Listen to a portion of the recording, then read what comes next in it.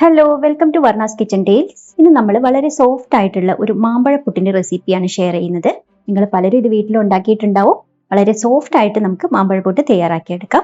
കറികളൊന്നും ഇല്ലാതെ തന്നെ കഴിക്കാൻ പറ്റുന്ന ഒരു ഈസി ബ്രേക്ക്ഫാസ്റ്റ് റെസിപ്പിയാണ്. വീഡിയോ ഇഷ്ടമായാൽ ലൈക്ക് ചെയ്യാനും ചാനൽ സബ്സ്ക്രൈബ് ചെയ്യാനും ആരും മറക്കരുത്.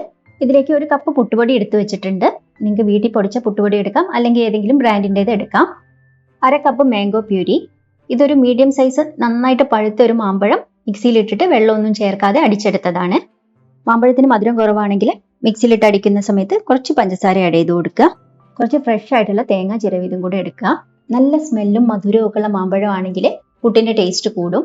1/4 ടീസ്പൂൺ ഉപ്പ് പുട്ടുപൊടിയിലേക്ക് ചേർത്ത് കൊടുക്കുക. നന്നായിട്ടൊന്ന് മിക്സ് ചെയ്തിട്ട് നമ്മുടെ മാംഗോ പ്യൂരി ചേർത്തിട്ട് പുട്ടിന് കുഴച്ചെടുക്കുന്നത് പോലെ ഇതൊന്ന് കുഴച്ചെടുക്കണം. ഇങ്ങനെ ഒന്നിച്ചോ അല്ലെങ്കിൽ കുറച്ചായോ മാംഗോ പ്യൂരി ആഡ് ചെയ്ത് കൊടുത്തിട്ട് നന്നായിട്ടൊന്ന് കുഴച്ചെടുക്കുക. ആദ്യം കുറച്ച് നമ്മുടെ പുട്ടുപൊടി സ്റ്റിക്കി ആയിട്ട് തോന്നും, പിന്നീട് ഇതെല്ലാം അബ്സോർബ് ആയിട്ട് നമുക്ക് സാധാരണ പുട്ടുപൊടി കുഴച്ച പോലെ തന്നെ വരും. നമ്മൾ യൂസ് ചെയ്യുന്ന പുട്ടുപൊടി അനുസരിച്ചിട്ട് ചിലപ്പോൾ 1-2 spoon mango puree extra add ചെയ്ത് കൊടുക്കേണ്ടി വരും. ഇപ്പൊ ആ പൊടിയുടെ സ്റ്റിക്കിനെസ് ഒക്കെ പോയിട്ടുണ്ട്. നമ്മുടെ മാംഗോ പ്യൂരി ഒക്കെ അബ്സോർബ് ആയിട്ട് ഇതിൽ നനഞ്ഞു വന്നിട്ടുണ്ട്. ഏകദേശം പുട്ടിന്റെ ഒരു പാകമായിട്ടുണ്ട്. കയ്യിൽ വെച്ച് ഇതുപോലെ ഒന്ന് അമർത്തിയിട്ട് പൊടിച്ചു നോക്കിയാൽ പൊടിയുന്നുണ്ടെങ്കിൽ നമുക്ക് പുട്ടിന്റെ പാകമായി എന്ന് മനസ്സിലാക്കാം. ഇനി ഒരു 10 മിനിറ്റ് നേരം ഇതൊന്ന് മാറ്റി വെക്കാം.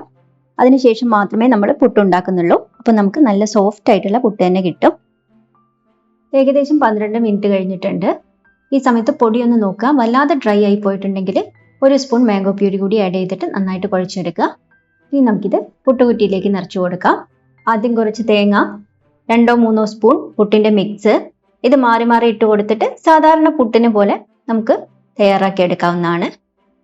ഒരു സമയം 3 പീസ് പുട്ടാണ് നമ്മൾ ഉണ്ടാക്കുന്നത്. ചിരട്ട പുട്ട് വേണമെങ്കിൽ അങ്ങനെയും ചെയ്യാം. അവസാനം കുറച്ചധികം തേങ്ങയും കൂടെ വെച്ച് കൊടുക്കുന്നുണ്ട്. പുട്ടുപാനിയിൽ വെള്ളം നന്നായിട്ട് തിളച്ചു വരുമ്പോൾ നമുക്കിതിന്റെ അടപ്പും കൂടി വെച്ച് കൊടുത്തിട്ട് പുട്ട് ആവി കയറ്റിയെടുക്കാം. 3 മിനിറ്റ് നേരം ആവി കയറ്റിയെടുക്കുക. ഒരുപാട് സമയം വെച്ചിരുന്നാലും പുട്ടിന്റെ സോഫ്റ്റ്നെസ് പോവും. 3 മിനിറ്റ് കഴിഞ്ഞു. ആവിയൊക്കെ നന്നായിട്ട് വന്നിട്ടുണ്ട്. നമുക്ക് പുട്ട് ഒരു പാത്രത്തിലേക്ക് മാറ്റാം. മാമ്പഴത്തിന്റെ മധുരം ഉള്ളത് കൊണ്ട് തന്നെ ഇത് തനിയെ കഴിക്കാനും നല്ല ടേസ്റ്റ് ആണ്. ഇനി നിങ്ങൾക്ക് വേണമെങ്കിൽ നല്ല ചൂടുള്ള പാലോ അല്ലെങ്കിൽ തേങ്ങയും ശർക്കരയും മിക്സ് ചെയ്തിട്ടൊക്കെ ഇതിന്റെ കൂടെ ചേർത്ത് കഴിക്കാവുന്നതാണ്.